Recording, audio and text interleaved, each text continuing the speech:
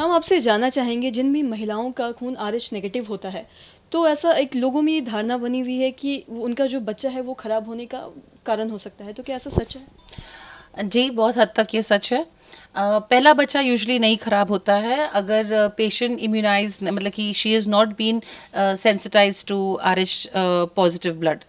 तो पहले बच्चे में प्रॉब्लम यूजुअली नहीं होती है। सेकंड, थर्ड बच्चे में अगर पहला बच्चे के डिलीवरी या अबॉर्शन के बाद वो प्रोटेक्टिव इंजेक्शन एक होता है जिसको हम लोग एंटी डी कहते हैं, अगर वो इंजेक्शन नहीं ली है या वो इंजेक्शन लेने के बावजूद भी उसका जो ब्लड है, आरएच नेगेटिव ब्लड है, वो समहाउ एक्सपोज हो गया बच्चे के आरएच पॉजिटिव ब्लड से, और उसमें उस आरएच पॉजिटिव ब्लड के अगेंस्ट सोल्जर्स खड़े हो गए, एंटीबॉडीज़ खड़े हो गए, तो वो माँ का जो ब्लड है, आरएच नेगेटिव ब्लड जो है, वो जब जब उनके पेट में एक आरएच पॉजिटिव बच्चा आएगा, वो माँ उस बच्चे को अपना दुश्मन मान के वो उस पे वार करेगी और उसको ख़राब करने की कोशिश करेगी।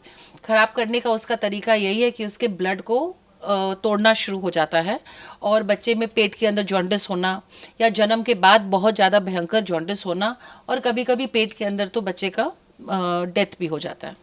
जी।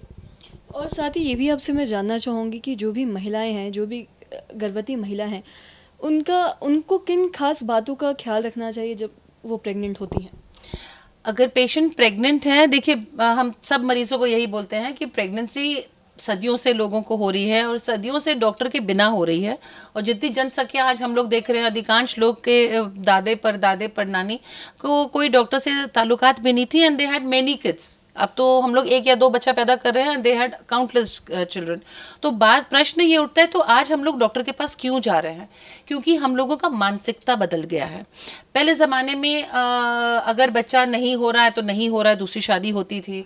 अब तो एकदम ठान लिया कि नहीं भैया, शादी हुई तो हमको इस औरत से हमको बच्चा निकालना ही निकालना है। तो दैट इज़ वेरी गुड, कम से कम शादियाँ बच रही हैं।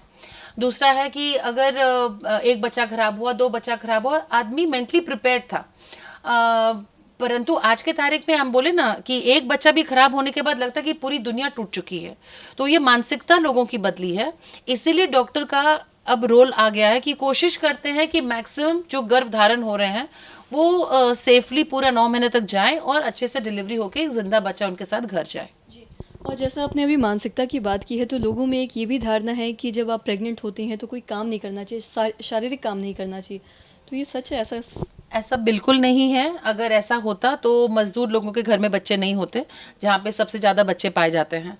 एक मज़दूर सुबह खटती है तो वो रात को खाना खाती है। शी कैन नॉट अफोर्ड कि वो 9 महीना बेड रेस्ट में रहे, वो भूखे मर जाएगी। इसलिए ये बिल्कुल धारणा गलत है। इनफैक्ट जितना आप एक्टिव रहेंगे, जितना नॉर्मल लाइफ लीड करेंगे, उतना अच्छा आपका प्रेगनेंसी रहेगा। परंतु आपको ये ज़रूर देखना है कि आपका बैक हिस्ट्री कैसा है। अगर पहले कभी भी आपका कोई बच्चा खराब हुआ हो या प्री टर्म का रिस्क हो, तो डॉक्टर की सलाह के मुताबिक आपको बेड रेस्ट ज़रूर लेना चाहिए।